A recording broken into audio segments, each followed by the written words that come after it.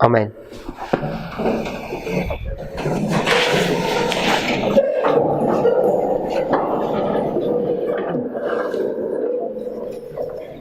Hopefully we've seen Matthew 24, all these things. It's the third dispensation, the third history, and we can also see when you go from a line of progression to a line where you break those three histories up, the all becomes all of those three histories in their own unique way. As an example, when you see wars, we need to go back to the original context and see what those wars really meant so that we can make a proper application. It's just not wars in the generic or general sense. We've seen that Ellen White in Desire of Ages 632, when she applies these passages about the nearness and all these things, what she's doing is saying this generation is the history from 1798 to the end of the world. So she has spiritualized that generation. I want us to point out that when she is saying that, she is alive. So in her mind, she could well be thinking that Christ is about to return in her generation. So she may not even have a concept that she's going to die and Christ is never going to come back for another 3, 4, 5 generations. So I want us to point that out. It still is a literal generation when she says that statement. When we start putting our own little history at the back here, we have to begin to construct that through a careful reading of Spirit of Prophecy and using line upon line methodology. You're not going to get much support, I don't think, from the Spirit of Prophecy, direct support. You have to go into verse 40 and understand how that structure is laid out as an example. So hopefully that's clear.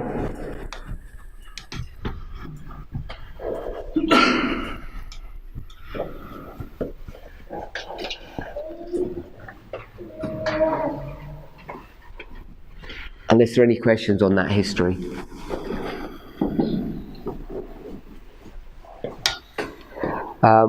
Was there another outstanding question?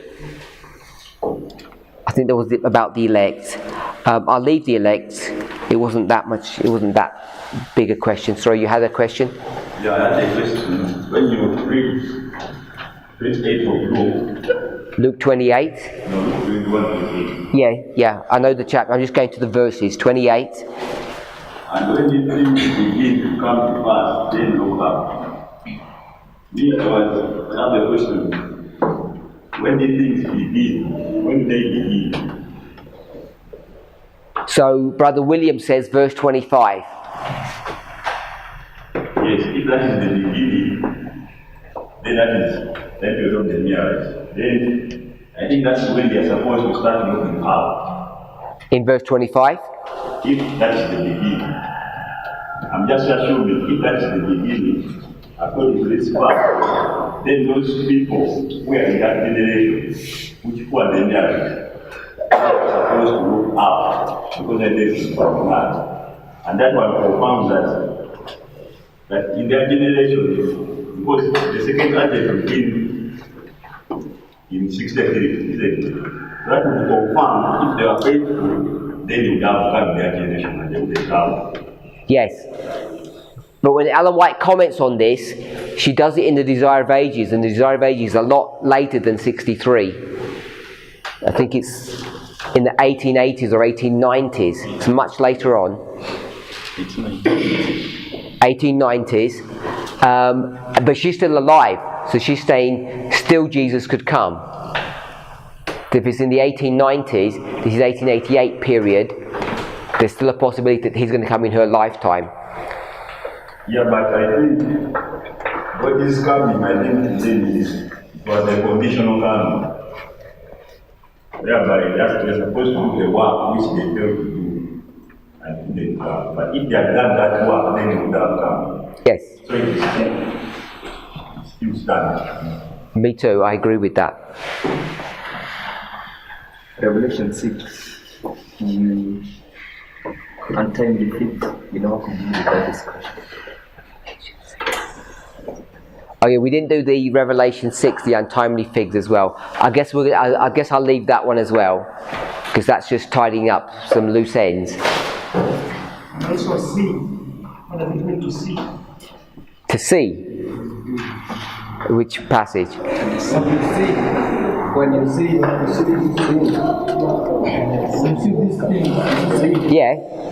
Which verse when you say to 27. I don't know. When you shall see these things, and then shall they see the Son of Man come in the clouds, in the cloud. I've forgotten what is that a question that we had outstanding? Verse 31. So you see these things. Luke 22:31. I can't either understand or hear what you're saying. No, but the question is that seeing is literal or something. Well, that's the context of seeing. What does it mean to see? Okay. So again, they're minor points which we could work out. But this is our last day of class. So we've got 2 classes left. One after breakfast and Vespers this evening. We know that. No more classes. Yeah. So we've run out of time to do those things, unfortunately. Let's try and make an application. Let's see if we can go ahead and do that. Before we make our application, if we're saying midnight cry, the midnight cry, if you want to call it the midnight cry or the loud cry, I'm okay with that. Let's go to the Millerite history. This is October 22nd to 1863. And I'm suggesting here is 1850, and if you want to call it the midnight cry or the loud cry.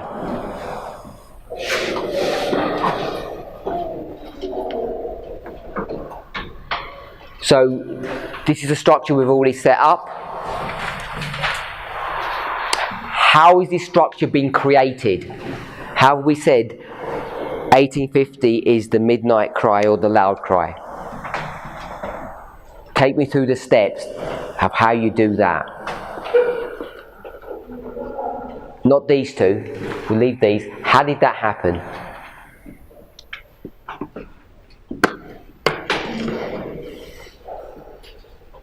Brother Kefas?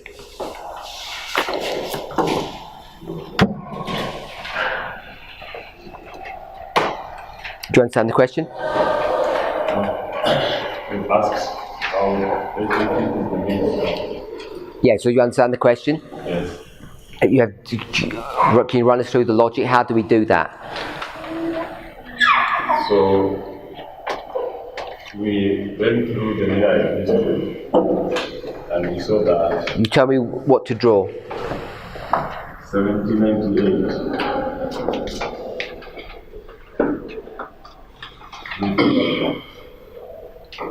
Sorry? 1844. And we saw that 1844 was fulfillment of the 25 verses that Miller understood. That began in 1677.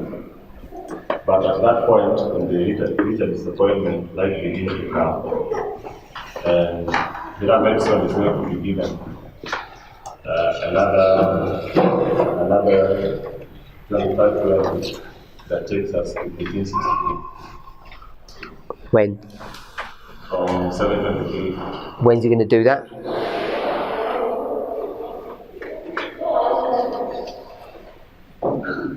I'm not quite sure about the... In the future? Yeah.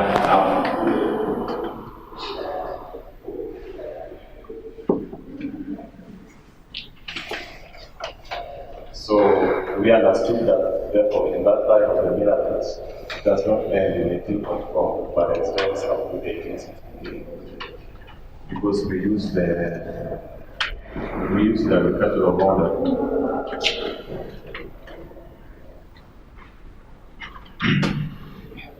We use the agricultural model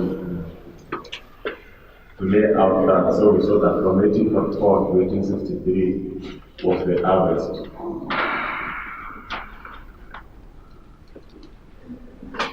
So he's doing 723 to 1798, and he's doing 677 to 1844. He does that in 56, and then what? So when we look at that, those 2520, the one for William Miller and the one for Benson, you see that it gives you a characteristic or a mirror or a characteristic structure. That you see there is a 46 and 19 at the end, and there is a 46 at the beginning, and there is a 46 and 19 at the end. So he's saying now he's able to predict 63. Okay. Then what? So, agricultural cycle. yeah, so when we apply an agricultural cycle to that line, we see that from 1844 to 1863 was the harvest of the Miller industry.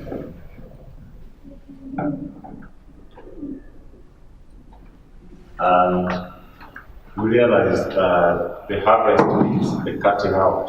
Like when the garden have harvested, the cut out. And we went into that history and saw what was happening. We had even bits where we saw that there was a settlement that was taking place in 1848, and at the same time, even right after the life of the Sabbath came. So we saw that 1850,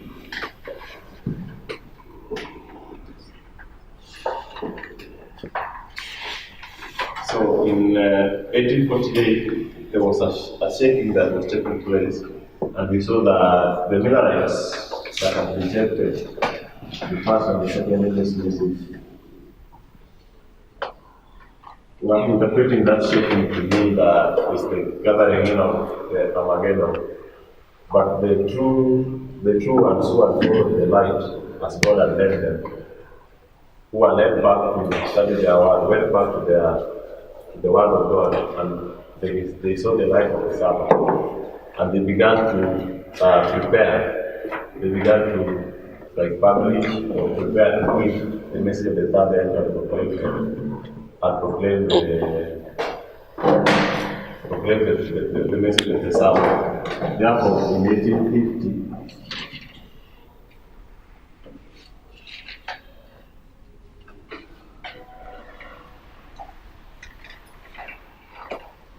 1850, yeah?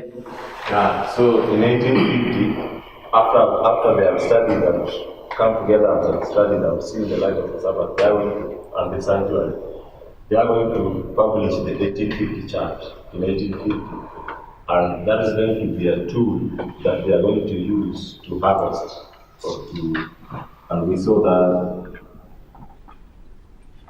1850 publication of the 1850 chart marks the love plan, or marks the beginning of the love pregnancy.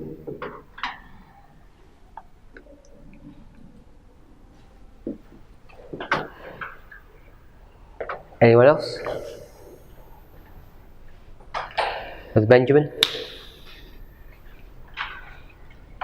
So we also came to those conclusions by laying out the structure of the Gospels. And we were able to show that the sun, moon, and stars in 1998, God cares in the sun, moon, and stars, and the earth, and the powers of heaven, powers of earth. That earth. 1 second. What do you want me to draw? Light.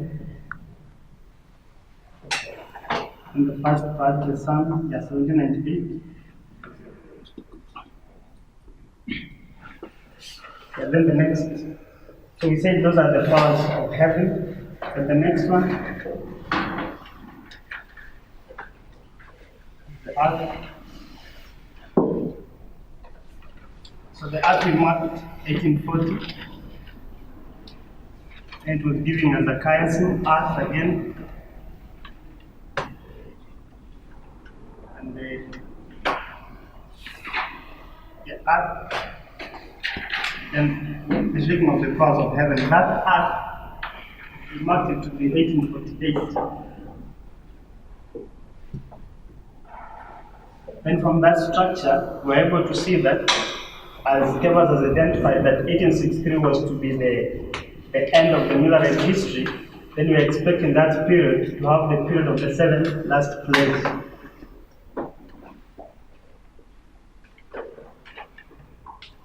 All of this? All of that because the plagues are as a result of the shaking of the powers of heaven. Then we identify also in 1848 she received visions speaking about the work of publishing, and people begin, we read from Logbara, people begin saying, you guys are late with the sealing message. They're understanding the sealing message from Revelation chapter 7. So when they argue that way, they go ahead and begin the publishing work in 1848. Then in 1850, they printed the 1850 chart as a tool of public evangelism. So we concluded that that's the last. Okay, and the verses? The verse 4. This structure. This is the gospel. Then this one was the quotation. Which book? We read from Logbara's book. No, to create this structure. You said it's Gospels. Which Gospel? Luke, Matthew, Mark. All of this. So all of them. Specifically from Luke. Verses. 25 and 26, I believe. Which ones are which?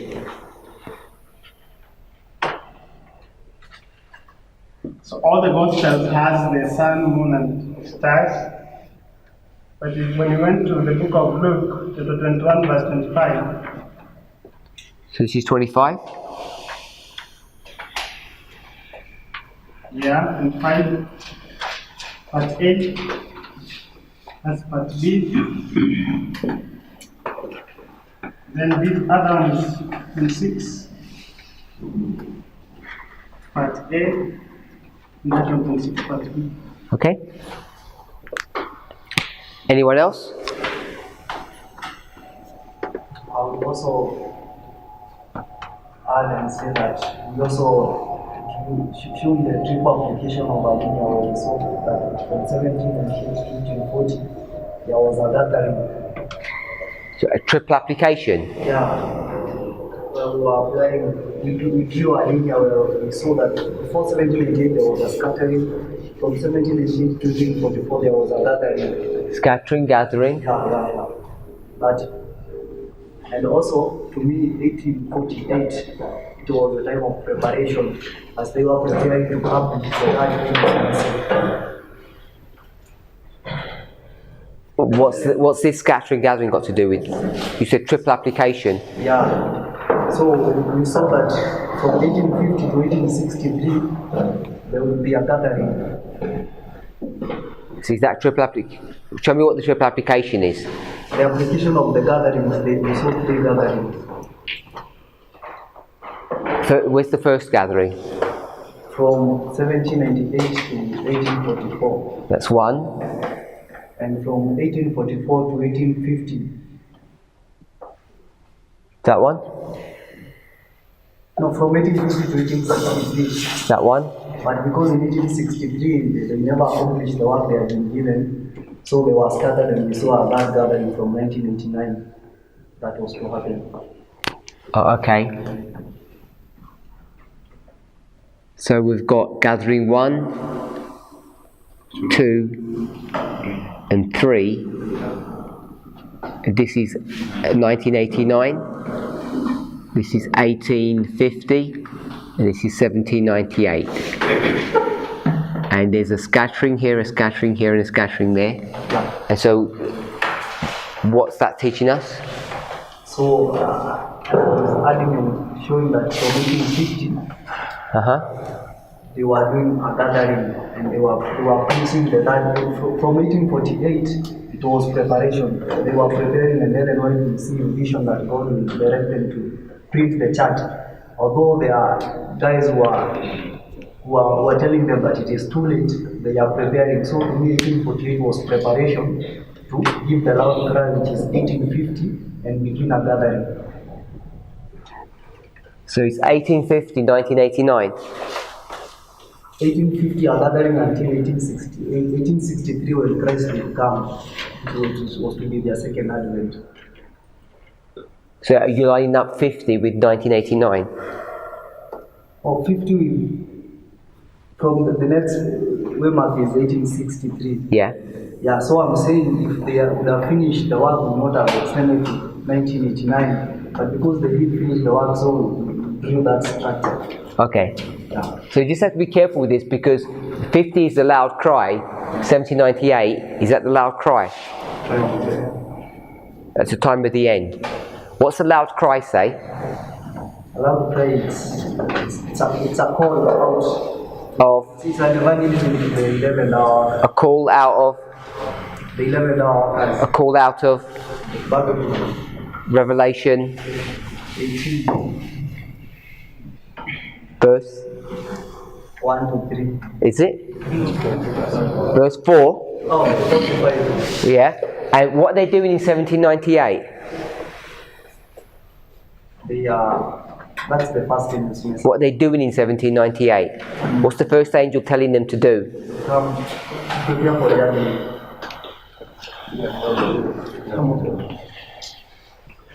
What's the first angel telling them to do? Where have they been for 1260 years? So what's he telling them to do? Come out of Babylon is what message? The second. It's not the second. It's the loud. The loud cry. So this is the loud cry. This is the loud cry. And what's 1989? That's what loud cry. Explain that.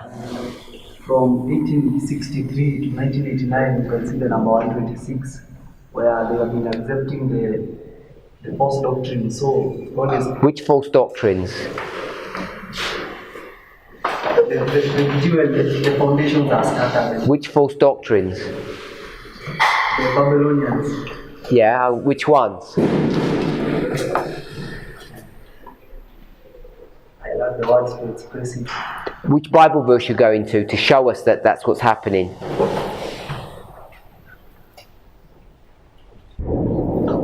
Hold that question, I'll ask another question. What church is this? In this history, 63 to 89, what church is that? Sorry? Laodicea? What church is that one? Philadelphia. It is Sardis. This one? Before, I thought you were doing triple application. So what's this church? So give me the Bible verse about the doctrines. Revelation 2 verse. I don't know the extent. I'm not sure of the verse. What's going to happen in 1989? God's going to do what to his people? Restore them. Yeah. Which verse? Chapter 2, 20. verse 20. Jezebel's going to do what? Jezebel has invited Two things. Teach and seduce. Brother Brian, what's the doctrine that she's going to teach and seduce God's people into? Sorry?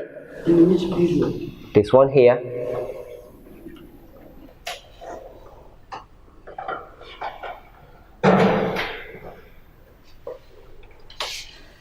This one here.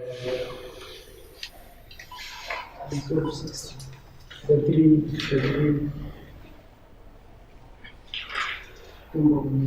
I can't hear. The temporal millennium. And we call that what? No time. So that's the premier doctrine that she's teaching us. What do we call the no time message? What experience is that we're having? Sorry? Don't whisper, then we'll have to point that they quieten down. What experience are we having here?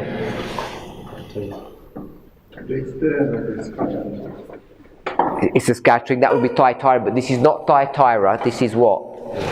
This is Laodicea. So no time equals what? Laodicea. Time equals what? Ephesus. You go back to the story of Christ, isn't that what their argument's about? The time is fulfilled, it's all about time. They have a confusion. You're always going to get a problem about time and what? And location. It's always about time and location. If you go back to the story of Christ, can you see a story about location there? Yes. What's the story of location? John 4. Just tell me the story, not the verse. The woman and the well. No?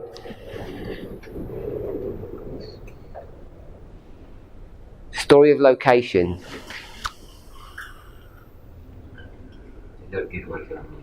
Story, location.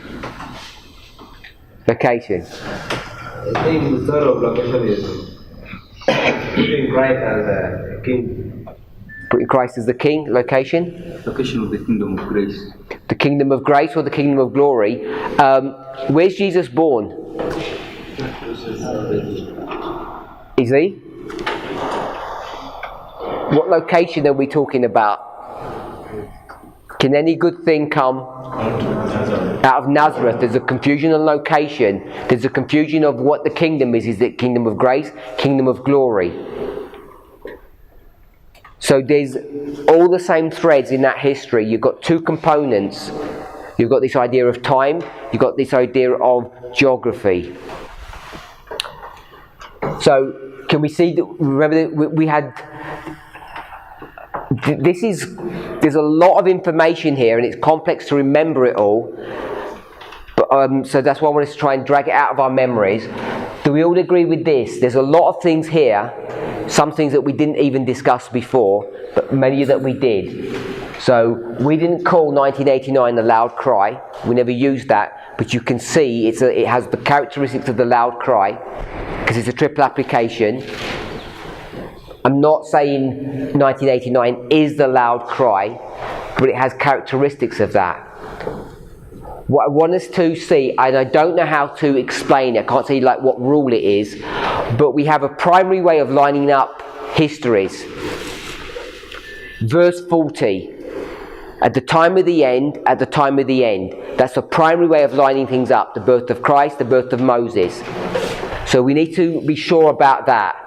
But you can start taking histories and lining them up in different ways to teach you different things. But we can't say you cut these lines and take 1989 and bring it to 1850 and then start and say, well, where would 9/11 be or 2014 and tuck it into here. I don't think you can do things like that. But you can certainly see the characteristics which give you this structure that you've got a triple application and they're all in their different way have the characteristics of the loud cry. Problem is the loud cry is here in 1798, but you properly see the loud cry when? Here, in the summer of 1844, and the loud cry is not going to be used in Revelation 18, it's going to be used in 2 Corinthians 6, but it has all the same components to it. Here the loud cry is 1840, and you don't have come out of her my people.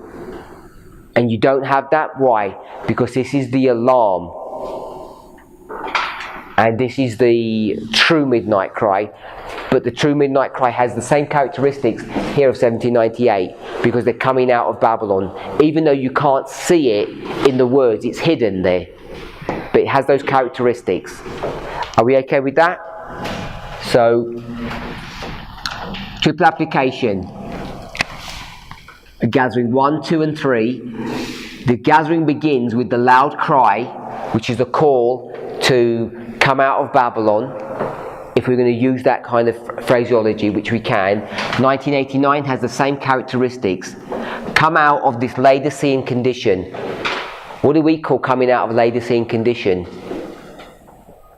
Counsel thee to buy of me gold, eye salve, white raiment. This is gospel language.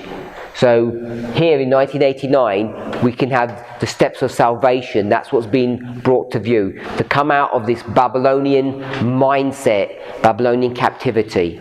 We're not saying that the church is Babylon, but we're saying the church is in Babylonian captivity. We have that concept, the same one in 1798. Come out of Babylon and do what? Sorry? What's the first angel saying? Go to the glorious land. After you've come out of Babylon, gone to glorious land, then what does he say? The normal understanding. Which is what?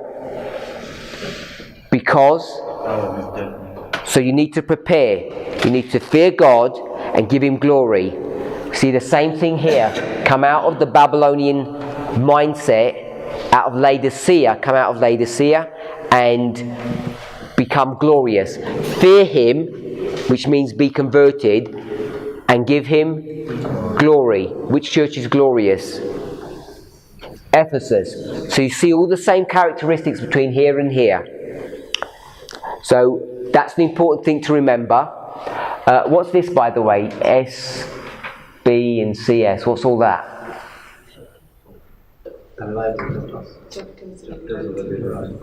Early writings. So this is about the early writings chapters. This one is what? This is spiritualism, and this is shaking, and this is covetousness, and this is Babylon. So I want us to remember that. Not related to what we did. We're coming back here. We've got 1850s, the midnight cry or loud cry. Then I'm asking, how did we create that structure? So Brother Kefas ran us through the history that Hiram Edson is going to do this work in 56, and he's going to help us to create 63. He doesn't do that. His work is unfinished, but that's the 63 bit, which isn't directly related to the 50 bit, which is what I'm asking. I'm asking for the 50. So the 50 is based upon the third angel's message. In 48, there's a shaking that's happening in Europe, and people are saying, is this Armageddon? Because it looks like it, and we're saying, no, we need to start preaching the Sabbath. So we're starting to work that out, and we've come to a place of conclusion in 50 that we're saying this chart is going to be the tool to proclaim what? The third angel's message. So we have that, and then we went to Luke 21, 25 and 26, and we created this chiastic structure. So I just want us to go through this again. Brother Benjamin gave it all correct, that's all fine. I just want to have another person go over it again so that we can hear a different perspective. So Brother Rogers, run us through this one again. Okay. I think what we did, we looked through the book of the three Gospels, the book of Matthew, Mark, and Luke. And we were picking up different symbols, where we specifically went to the book of Luke because it had some additional details that are lacking in Mark and Matthew. So what Luke was giving us, he was giving us the sun, the moon, and the stars. Then he was giving us the earth. Then I think, like Benjamin said, we preached the chiasm of where we had sun, moon, and stars, earth, powers of heaven being shaken. We'll just stop there. We're in Luke 21, 25 and 26. When you're flipping from the Bible, it's not that easy to see, but the second part of verse 25, this earth here, and the first part of 26, this earth here. So all this earth information, the half of 25 and the half of 26, is not in Matthew or Luke. It's not there.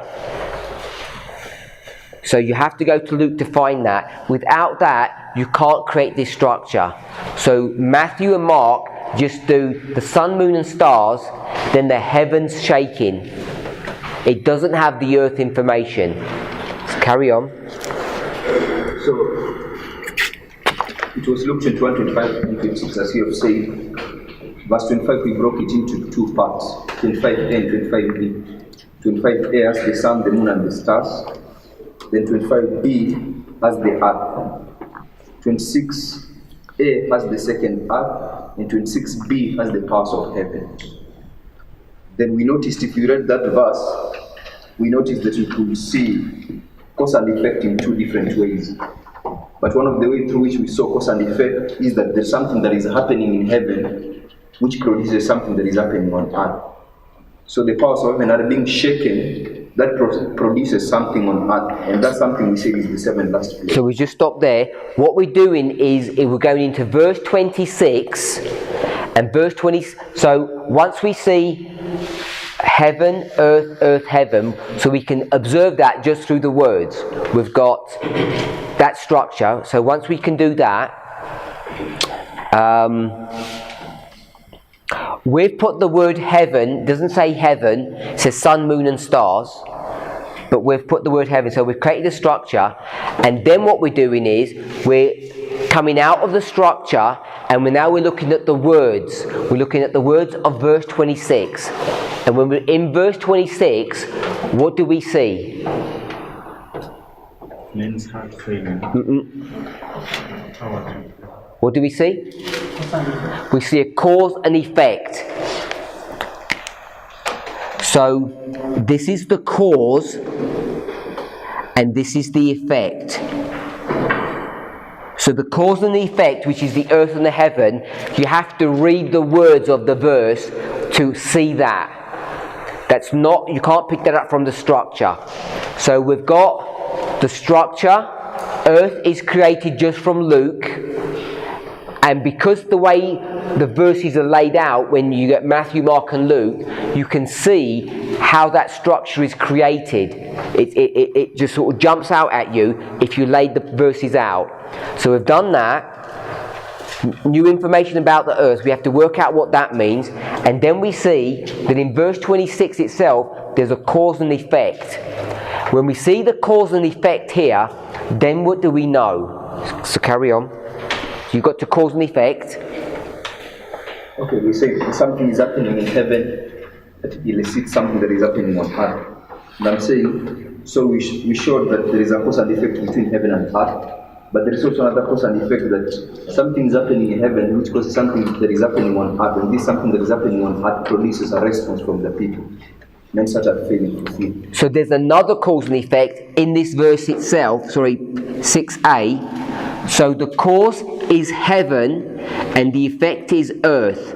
Now when you go to earth, there's a cause on earth and there's an effect in the hearts of men. Does that make sense? Yeah. All of this is just reading the verse. Okay. So once we had that structure laid down, we now came down and begin to see that the sun, the moon and the stars is 1798. Then the first act, which is the distress of nations, is 1840. Before we do that, you mentioned about plagues. Let's put that into place. So we are saying that in that history of the plagues, how do we know it's plagues? That's what I want to know. How do we know verse 26 is plagues? verse 26, we know it's plagues because of the shaking of the powers of heaven.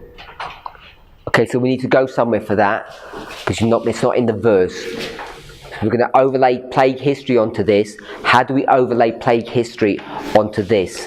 Revelation 6. So with Revelation 6, sorry, you had Revelation 6. Mr. Joy? You go ahead. I think it's Revelation. You should go first to Revelation 16. Revelation 16. Yeah. Okay. I'll go back to Revelation.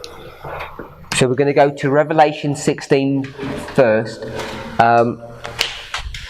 Because the ball is low, what I'm going to do is I'm going to just pull this up and carry it up here at the top. Are we okay with this? So we've got 26a. 26b. Earth and heaven. This is the cause and this is the effect. On earth, there's another cause and effect, because this is the earth and this is the men's heart, and this is the cause and this is the effect. And all of this is plague history. So I'm saying, let's prove that it's plague history. And Sister Joy says we need to go to Revelation 16, verse 20. So 16:20. Tell us what that is before you read it. What is verse 20 talking about? It's talking about every island fleeing away and mountains being moved out of their places. So it's talking about the destruction of the earth. So we'll read the verse.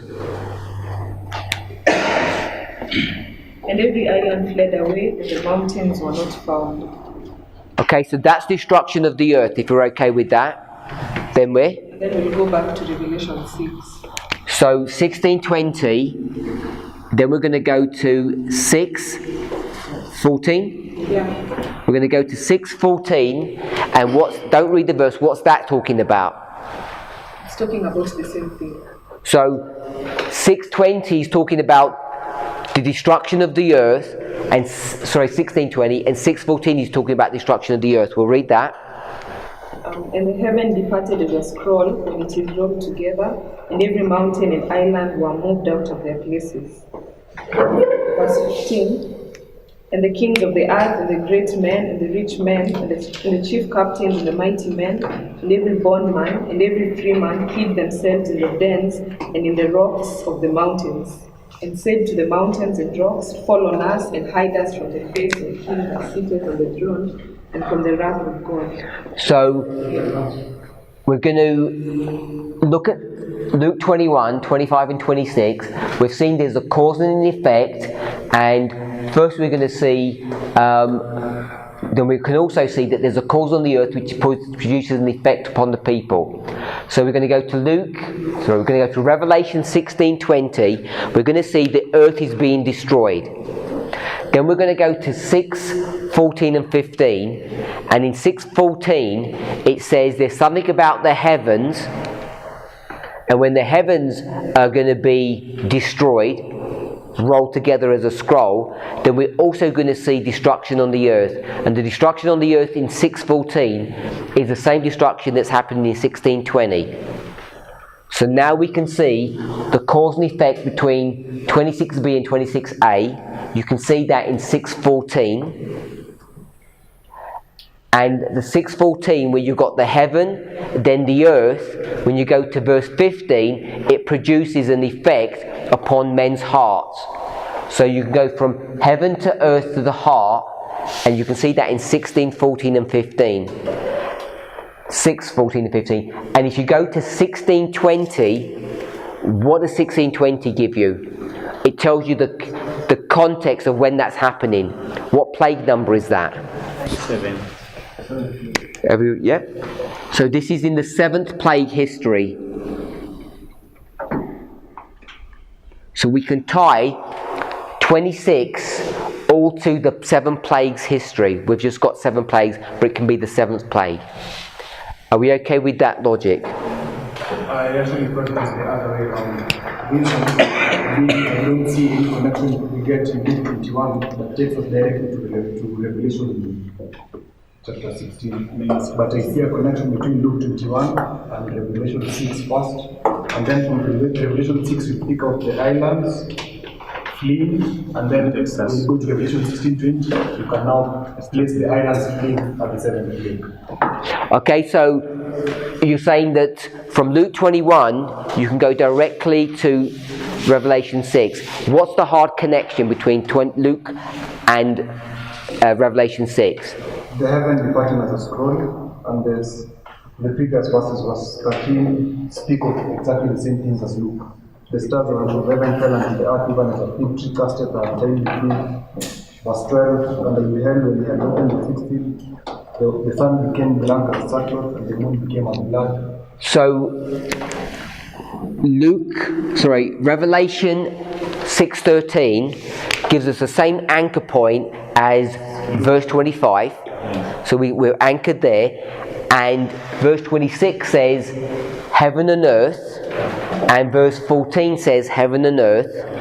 And then verse 15 says men's hearts failing. So we have all the connection there. And then we say, well, when is that happening? And then we can go back to 16 and say that's happening in the 7th plague. Sister Joy, you okay with that? Okay, so maybe it's better to go from 6:14 then to 16. Yeah?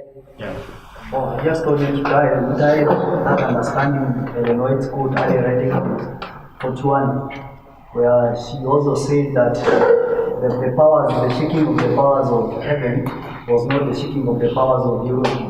That the shaking of the powers of heaven will be shaken by the voice of God, which we identified was from the book of Revelation 16. She or we? No. She or we? Who did that? We read that with early writings 41. Okay, I want to go to early writings 41.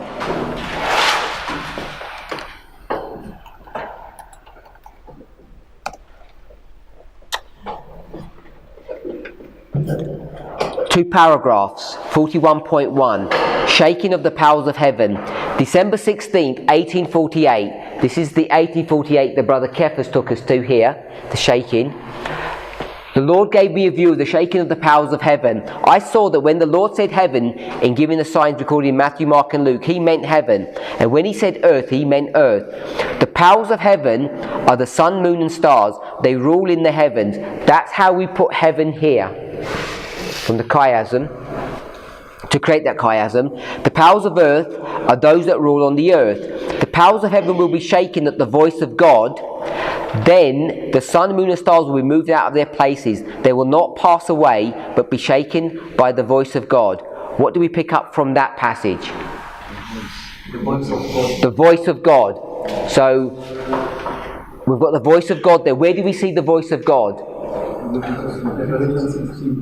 Verse 17 and the 7th place. So read that out.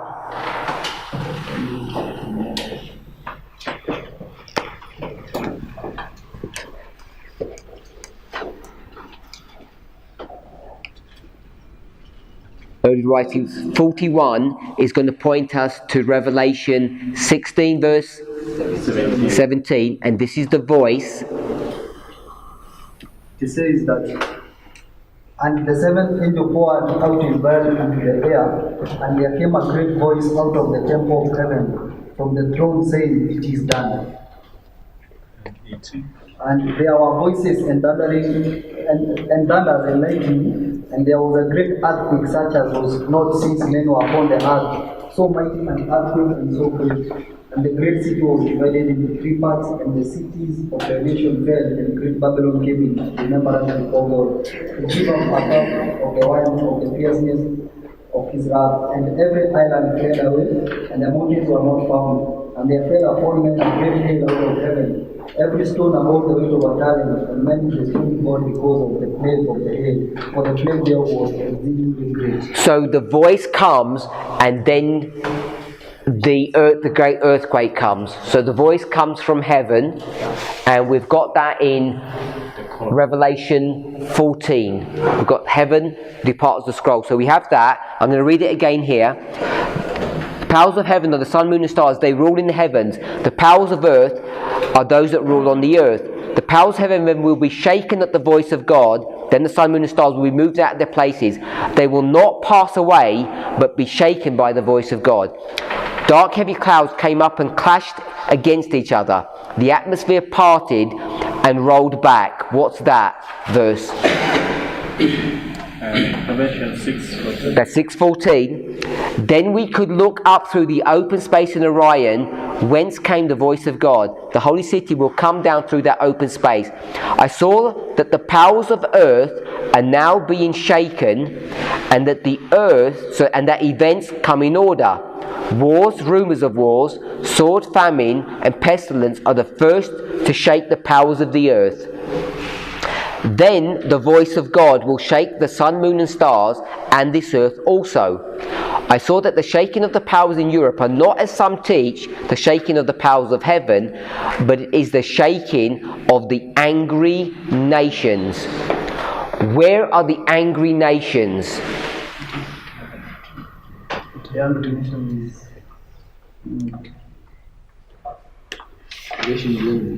Sorry?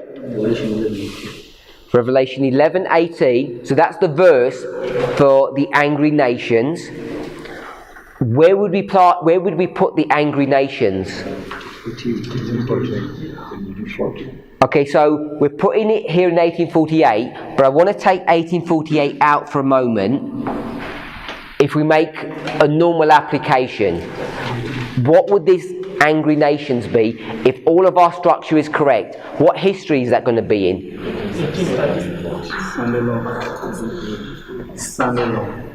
We've just made it the 7 plagues, haven't we? Didn't we just make it the 7 plagues? So the angry nations must be in the 7 plagues. What's making the nations angry? Let me ask a different question. Who are they angry with? With God's people. They're angry with God's people in the history of the plagues, and their anger is going to culminate in what? What are they going to do as a result of their anger? They're going to make a death decree. So the angering of the nations is what is the death decree. And what makes them angry? The plagues are making them angry. Someone said Islam. I don't think it's Islam that's going to make them angry. I think it's the plagues that are going to do that. Because if it was Islam, they'd be angry with Islam and say, let's go and destroy Islam. But they're they're being destroyed by the plagues, and now that which is a supernatural phenomenon. So who's attacking them? Who? God is attacking them. So if God is attacking them, now it becomes a spiritual warfare. And why would God attack them? Because they've got an Achan in the camp. Are we okay with that analogy? So there's an Achan in the camp. They have to find out who is Achan that God is now punishing us because we haven't done any sin. In fact, we've obeyed him. We went and destroyed Jericho properly, which is what? Sunday keeping. But there's an Achan in the camp that's disobeying God. And that's the Sabbath keepers that have to search us out. So are we okay that the anger of the nation is they're angry with us? We can place it there. But what we're going to do is say this is 1848. Why do we make it 1848? Brother Rogers, why are we making it 1848? Because of the angry nations in Europe. But what's forcing us to make it 1848?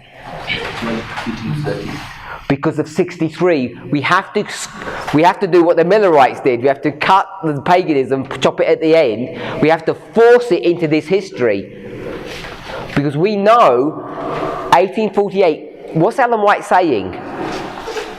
She's saying it's not 1848, isn't it? Because 1848 is just the beginning of problems. It's not this whole thing that's happening. We're making it 48 because we want to force it into this history. Because we've put 1848 in what history? In the binding off, in the plague history. And you can't go anywhere and show me any plagues that are happening in that history. They're just not happening. So I want us to recognize when we put 1848 here, when you teach that, you have to explain it really carefully, because Ellen White is not talking about 1848 is the angering of the nations, not in the way that we would conventionally understand. Okay. I was asking, what is it the plague that will cause, that will result to famine and pestilence? It's the one which causes famine and pestilence.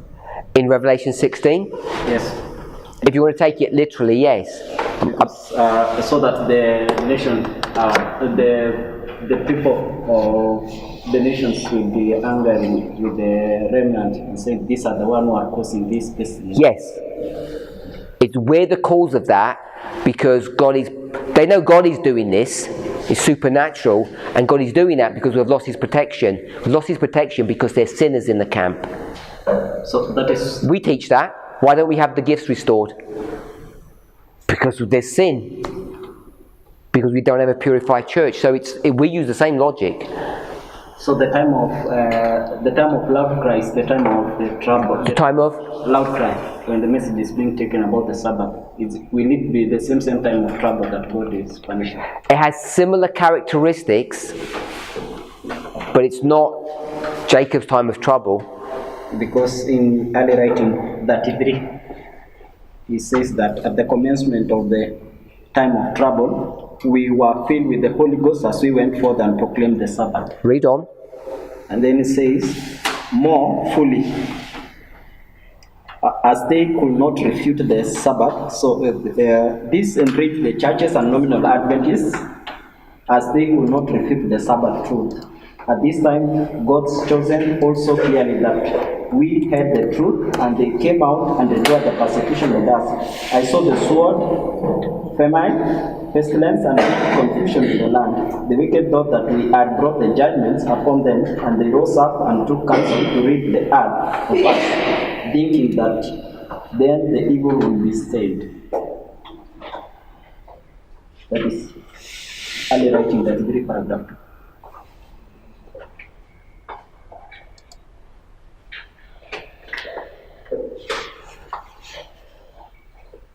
And what's the point you're making? I was asking about the time of loud cry and the time of the trouble, the judgment. Will God send the 7 plagues in that time that we are beginning the loud cry period, the time of the loud cry? Because this is at the commencement of the trouble. So is it the Jacob's time of trouble, the great time of trouble? Okay, so you didn't read everything in that because you skipped a bit out. You skipped it says, see page 85.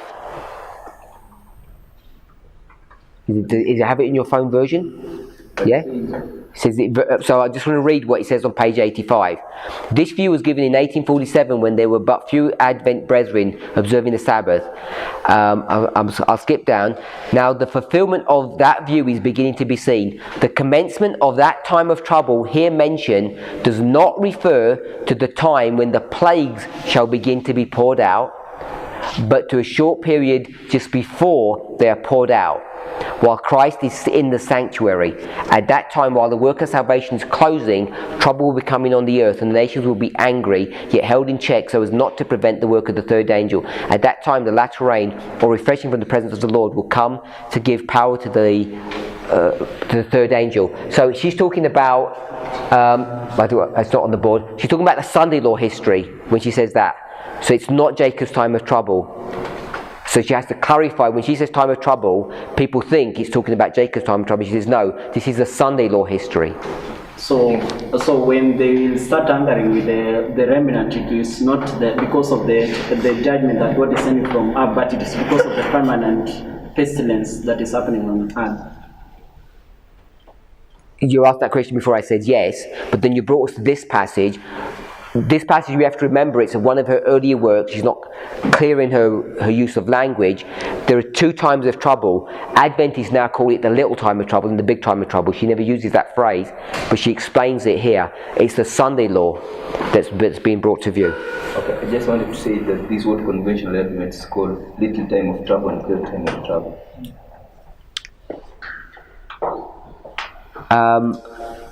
So let's just summarize. What we've done is we've got this structure and we've got earth and heaven, and we're marking this as 1848 because we're saying this is the history of the binding off, but it doesn't have all those characteristics because the history is not going to get fulfilled. I don't know what the 7 plagues would have looked like, how it would have worked. We have this cause and effect that's going on here. We've put 1848, but in reality this is the death decree. This is the history that's still future to us. And when she says that in her passage of 41, I think she's pretty clear on that. She says, I saw the powers of earth are now being shaken, and that the events come in order. Wars, rumours of wars, sword, famine and pestilence are the first to shake the powers of the earth. Then the voice of God will shake the sun, moon and stars, and this earth also. Can we see that? She says now 1848 is the first part, and then you're going to get the voice of God, which will do the heaven and the earth also. I saw that the shaking of the powers in Europe is not, as some teach, the shaking of the powers of heaven, but it's the shaking of the angry nations. So we're using angry nations in a different way than Matthew 26 verse part A. We're going to Revelation 11, and we're going to make 1840 a separate and distinct waymark. It's not that easy for someone to stand up and say, okay, what did we say? It's quite a convoluted argument.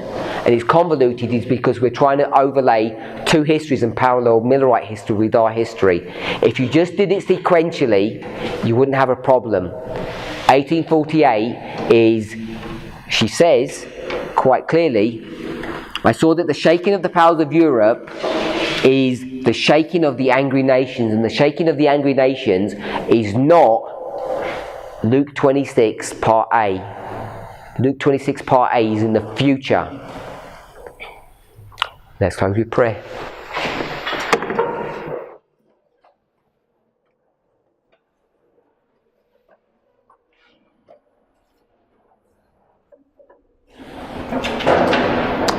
Heavenly Father, we give you praise and thanks for your goodness, for your wonderful watch care over your people. Lord, help us to try to understand and explain these truths in a way that is simple for people to understand. Before we can do that, Lord, we need to understand the intricacies and distill these complexities to a place where they become simple and sweet messages. Help us, Lord, to exercise the brain power that you have given us to use. We know, Lord, that brain power is fueled by the food that we're to eat, and therefore we ask for a special blessing upon this food. Help us, Lord, to prepare for your holy Sabbath as it comes to us at the close of this day. We ask all these things in Jesus' name. Amen.